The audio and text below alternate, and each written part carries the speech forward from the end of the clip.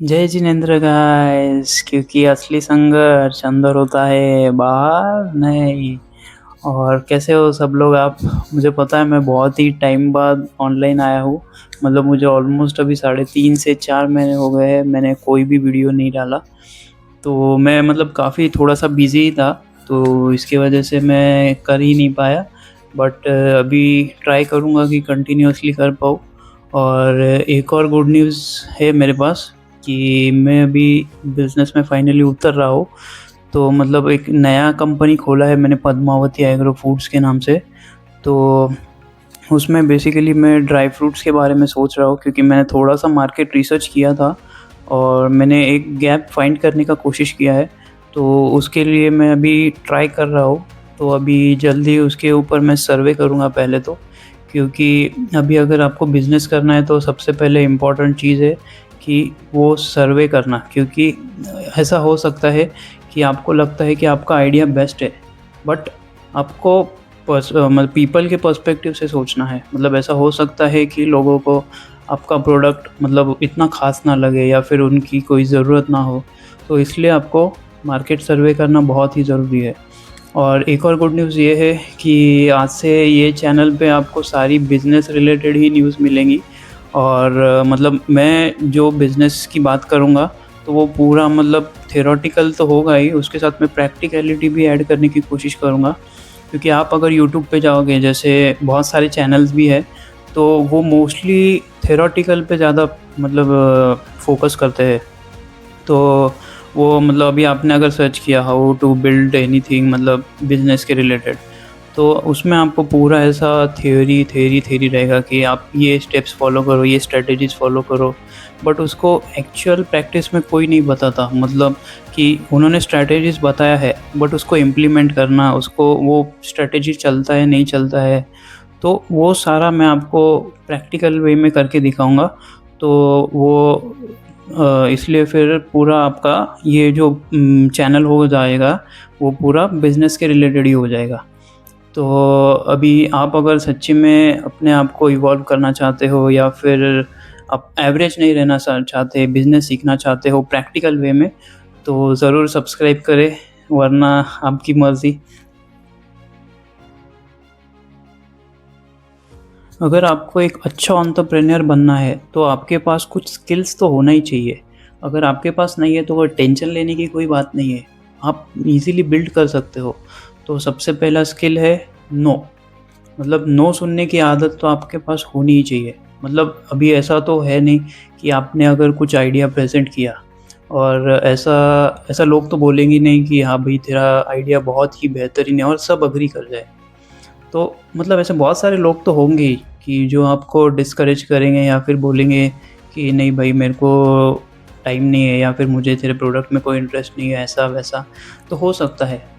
तो अभी आपके पास अगर ये क्वालिटी नहीं है नो सुनने की या फिर नो बोलने की, तो आप क्या कर सकते हो, इसको ईज़िली बिल्ड कर सकते हो। तो आप अगर let's say for example introvert हो, तो इंट्रोवर्ट के लिए आप क्या कर सकते हो, आप अलग-अलग लोगों से जाके बात कर सकते हो। मतलब इंट्रोवर्ट का कैसा होता है कि उनको लोगों से बात करने में डर लगता है, या फिर कोई उनको ऐसा लगता है कि उनको सोशल एंग्ज़ायटी होता है, या फिर ऐसा बहुत सारी चीज़ें अलग-अलग हो सकती है। तो इंट्रोवर्ट्स के लिए बेस्ट क्या है कि वो कोई भी ऐसा किसी को भी पकड़ सकते हैं, अपना दोस्त हुआ या फिर कोई भी ऐसा अनजान व्यक्ति हुआ, उससे बात करने की कोशिश कर सकता है। तो मतलब उसको क्या है, थोड़ा-सा फ़ियर जो होता है वो निकल जाएगा।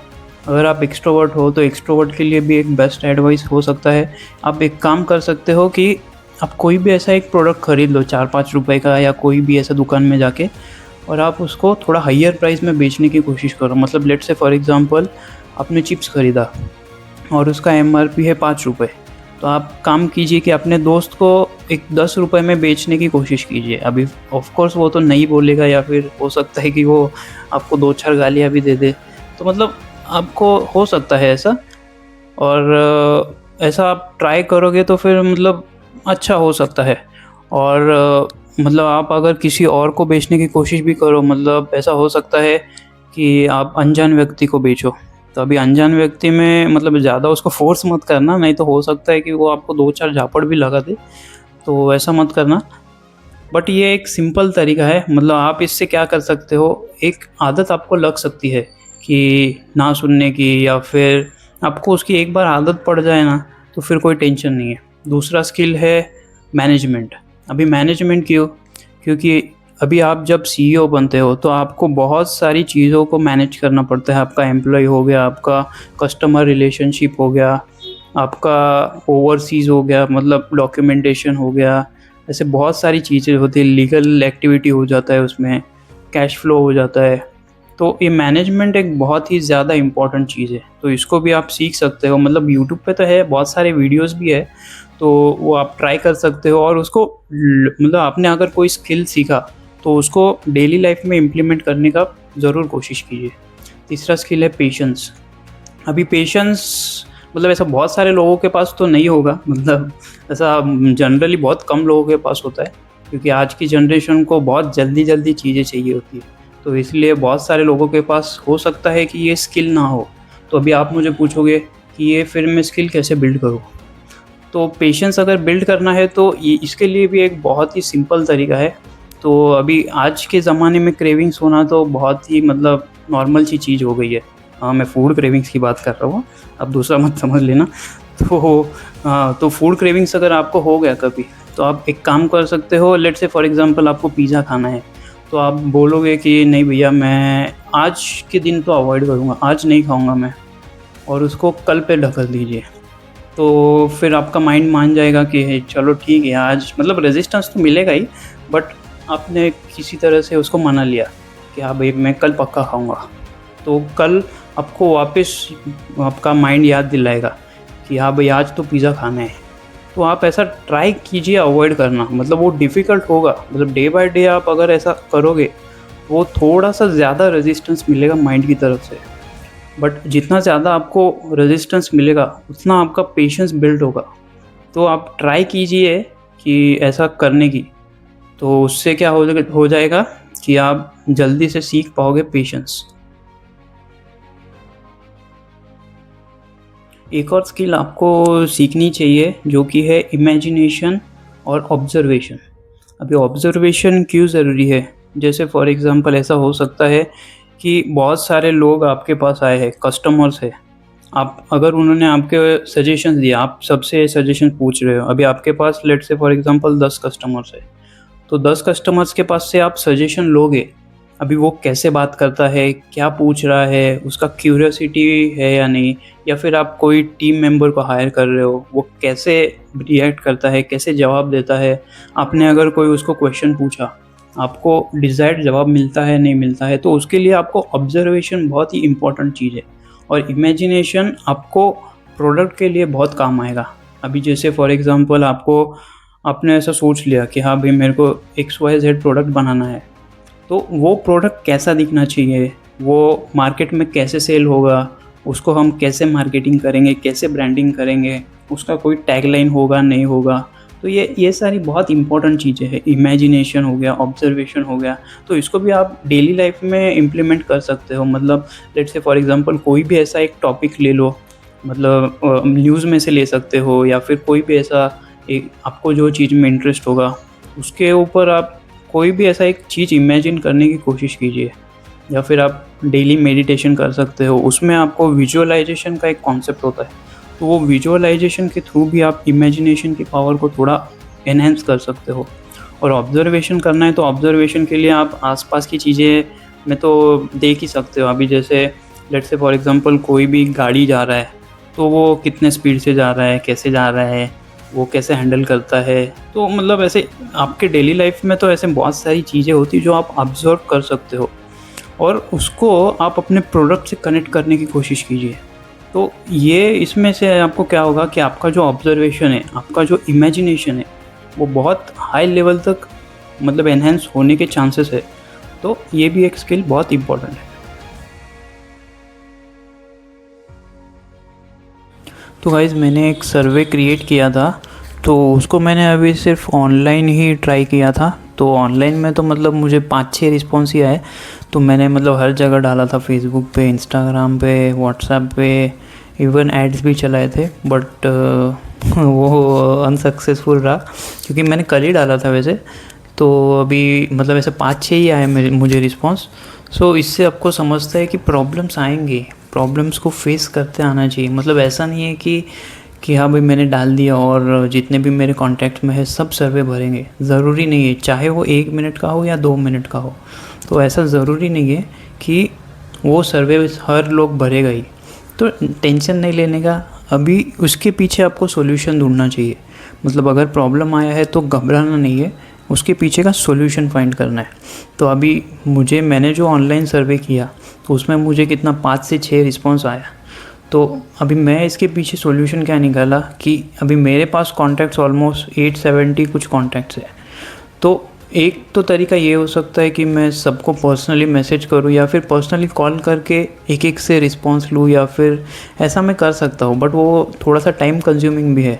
नहीं तो फिर मुझे क्या करना पड़ेगा कि मैं अभी श्रीरामपुर में हूँ, तो यहाँ से मैं क्या कर सकता हूँ, जितने भी मेरे आसपास मैं जहाँ सोसाइटी में रहता हूँ या फिर मेरे दोस्त है जो करीबी है, रिश्तेदार है, उनको बोल के मैं सर्वे फिल करवा सकता हूँ। मतलब मुझे एक पर्सपेक्टिव समझ आता है लोगों का। तो अभी फिज़िकल भी कर सकता हूँ। मतलब अभी मेरे जो दुकान है, मतलब मेरे डैड की जो दुकान है, उनके आसपास जितने भी लोग हैं उनको मतलब उनसे सर्वे फिल करवा सकता हूँ। या फिर पूरे श्रीरामपुर में कैसे मार्केट का डिमांड है, क्या है, वो एक कर सकता हूँ। मतलब ऐसा रिस्ट्रिक्टेड नहीं है कि इधर ही करना है, उधर ही करना है, ऑनलाइन ही करना है, ऐसा करना है। बट एक मैं आपको पर्सपेक्टिव दे रहा हूँ कि प्रॉब्लम्स आएंगी, प्रॉब्लम्स को फेस करने का आपका एक तरीका होना चाहिए। मतलब एक प्रॉब्लम आया तो उसको ऐसा रोतड़ू बन के है क्या मेरा ऐसा हो गया, मेरे को कोई रिस्पांस नहीं दे रहा, उसको रोते नहीं बैठना है, सॉल्यूशन निकालना है। ये बहुत इम्पोर्टेंट स्किल है एक एंटरप्रेन्योर के लिए। तो मैं आपको वो सर्वे का दिखाऊंगा अभी। तो वो एक 4-5 क्वेश्चंस मैंने बनाए थे, तो उसके हिसाब से मैं सर्वे कंडक्ट कर रहा था, तो वो मैं आपको बताऊंगा अभी शॉर्टली। तो इधर आप देख सकते हो, ये है मेरे ड्राई फ्रूट्स का सर्वे। तो ड्राई फ्रूट्स एंड नट्स का है एक्चुअली। तो यहाँ पे मैंने डिस्क्रिप्शन डाला है, जो मेरे मेन पर्पस था ये सर्वे करने का वो मैंने इधर डाल दिया है। तो ऑप्शनल है, आप डाल भी सकते हो, नहीं भी डाल सकते हो।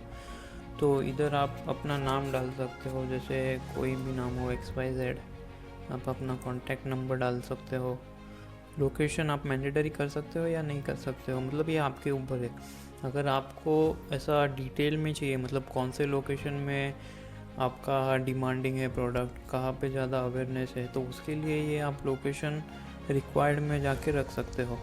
तो अभी मेरा पहला प्रॉब्लम था, या फिर मेरा जो पहला क्वेश्चन था, तो ये था कि मैं जो सोच रहा हूँ वो आप लेना चाहोगे या नहीं लेना चाहोगे। अगर आप लेना चाहोगे तो येस पे क्लिक करेंगे, नेक्स्ट पे जाएंगे।